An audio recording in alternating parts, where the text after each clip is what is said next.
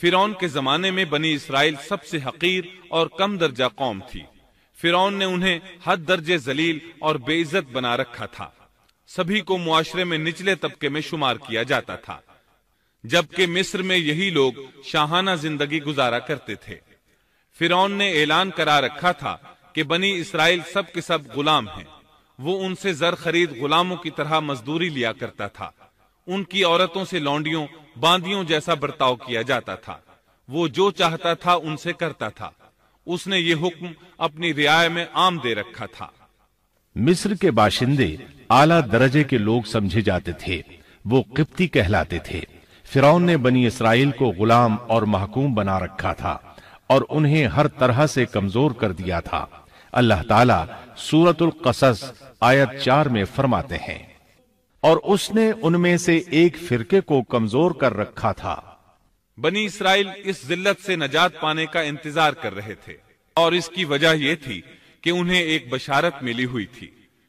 اس کے مطابق ان کا نظریہ تھا کہ فرعون کے گھر سے ایک بچہ نکلے گا جو انہیں نجات دلائے گا، اور یہ بھی بیان کیا جاتا ہے کہ یہ بشارت انہیں اس طرح ملی تھی کہ خود فرعون نے خواب دیکھا تھا کہ بیت المقدس سے آگ نکل کر مصر کی جانب بڑھتی چلی آ رہی ہے۔ وہ آگ مصر میں موجود تمام لوگوں کو جلائے ڈالتی ہے، مگر اس آگ سے بنی اسرائیل کے گھر محفوظ رہتے ہیں۔ فرعون نے اس خواب کی تعبیر کاہنوں سے پوچھی۔ وہ کاہن اس کے نزدیک عالم تھے۔ انہوں نے خواب کی تعبیر یہ بتائی کہ بنی اسرائیل میں ایک بچہ ایسا پیدا ہونے والا ہے جس کی وجہ سے مصریوں کی ہلاکت ہوگی۔ یہ تعبیر سن کر فرعون ڈر گیا۔ تب اس نے ایک خوفناک حکم جاری کیا، بنی اسرائیل میں جو بچہ پیدا ہو اسے قتل کر دیا جائے۔ اللہ کی قدرت دیکھیے کہ ہارون علیہ السلام اس سے پہلے پیدا ہو چکے تھے اور موسیٰ علیہ السلام کی والدہ امید سے تھیں۔ فرعون نے اپنا حکم یوں جاری کیا تھا کہ اگر ان کے ہاں بیٹے پیدا ہوں تو انہیں قتل کر دو، بیٹیاں پیدا ہوں تو انہیں زندہ چھوڑ دیا جائے۔ چنانچہ ایسا ہی کیا جانے لگا۔ ہر نو مولود بچے کو قتل کیا جانے لگا، بچیوں کو چھوڑ دیا جاتا۔ یہ تھا بچوں کو ذبح کرنے کا حکم جو بنی اسرائیل میں شروع ہوا۔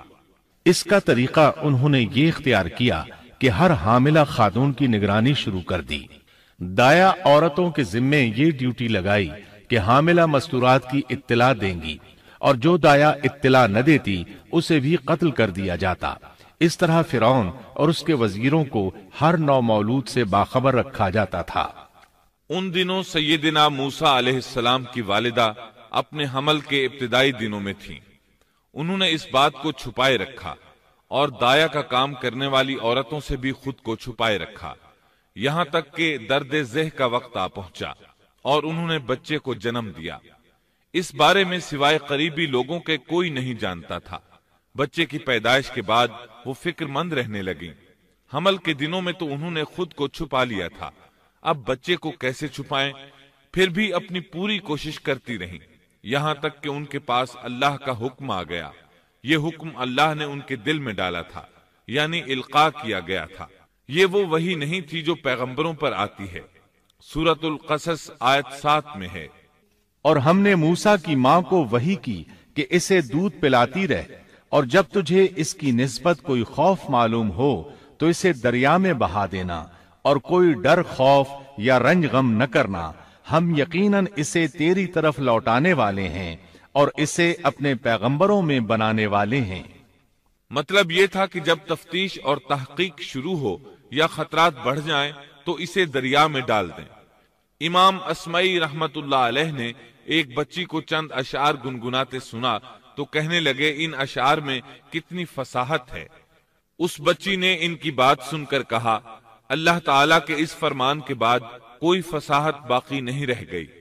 اس آیت مبارکہ میں بیک وقت دو خبریں، دو احکام، دو حکم امتناعی اور دو بشارتیں ہیں، یعنی ہم نے موسیٰ کی ماں کو وحی کی کہ اسے دودھ پلاتی رہے، یہ دو خبریں ہیں، اور جب تجھے خوف محسوس ہو تو اسے دریا میں بہا دے، یہ دو حکم ہیں۔ کوئی خوف نہ کھا اور کوئی غم نہ کر، یہ دو امتناعی حکم ہیں۔ ہم یقیناً اسے تیری طرف لوٹانے والے ہیں اور اسے اپنے پیغمبروں میں سے ایک پیغمبر بنانے والے ہیں، یہ دو بشارتیں ہیں۔ اور پھر واقعی تلاش شروع ہو گئی، بنی اسرائیل پر سختی کی گئی۔ موسیٰ علیہ السلام کی ماں نے اللہ کے حکم کے مطابق بچے کو صندوق میں رکھا اور دریا میں چھوڑ دیا۔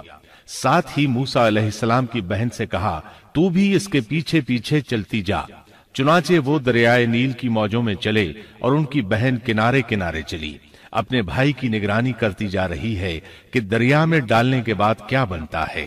اللہ تعالیٰ سورۃ القصص آیت 11 میں فرماتے ہیں، موسیٰ کی والدہ نے ان کی بہن سے کہا، تو اس کے پیچھے پیچھے جا، تو وہ اسے دور ہی دور سے دیکھتی رہی اور فرعونیوں کو اس کا علم بھی نہ ہوا۔ صندوق بہتا ہوا فرعون کے محلات کے قریب آن ٹھہرا۔ محلات دریائے نیل کے کنارے تھے۔ اللہ تعالیٰ سورۃ القصص میں فرماتے ہیں، آخر فرعون کے آدمیوں نے صندوق اٹھا لیا، آخرکار یہی بچہ ان کا دشمن ہوا اور ان کے رنج کا باعث بنا۔ اب وہ اس کی بھلائی چاہ رہے ہیں، لیکن وہی فرعونیوں کے لیے وبال جان بننے والا تھا۔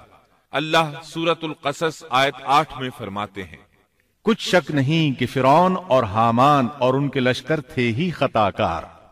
فرعون کی بیوی نے فوراً پہچان لیا کہ یہ بچہ بنی اسرائیل میں سے ہے، چنانچہ اس نے کہا، اور فرعون کی بیوی نے کہا، یہ تو میری اور تیری آنکھوں کی ٹھنڈک ہے، اسے قتل نہ کرو، بہت ممکن ہے یہ ہمیں کوئی فائدہ پہنچائے یا ہم اسے اپنا بیٹا ہی بنا لیں، اور یہ لوگ شعور ہی نہیں رکھتے تھے۔ مطلب یہ کہ اس پورے معاملے میں اللہ تعالی کی تدبیر سے انہیں آگاہی نہیں تھی۔ اس پر فرعون نے کہا، یہ صرف تیری آنکھوں کی ٹھنڈک ہے، میری نہیں۔ میں نہیں چاہتا بنی اسرائیل کا کوئی بچہ میری نگرانی میں پلے، لہذا یہ صرف تیری ہی آنکھوں کی ٹھنڈک ہے۔ ابن عباس رضی اللہ عنہما فرماتے ہیں، اگر فرعون یہ بات کہہ دیتا کہ یہ میری بھی آنکھوں کی ٹھنڈک ہے تو اللہ تعالیٰ اسے ہدایت دے دیتا، لیکن اس نے یوں کہا، یہ صرف تیری آنکھوں کی ٹھنڈک ہے، میری نہیں۔ اور پھر ہوا بھی یہی۔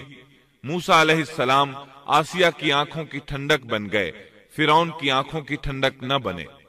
اللہ تعالیٰ سورۃ القصص آیت 10 میں فرماتے ہیں، اور موسیٰ کی والدہ کا دل بے قرار ہو گیا، یعنی اس کا دل موسیٰ علیہ السلام کی یاد کے علاوہ دنیا کی ہر چیز سے خالی ہو گیا۔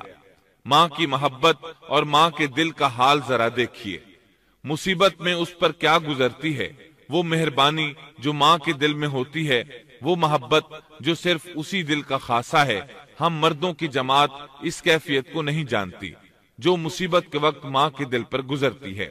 چنانچہ اللہ تعالیٰ فرما رہے ہیں، اور موسیٰ کی والدہ کا دل بے قرار ہو گیا، یعنی موسیٰ علیہ السلام کی محبت کے سوا اس دل میں اور کچھ نہ رہا۔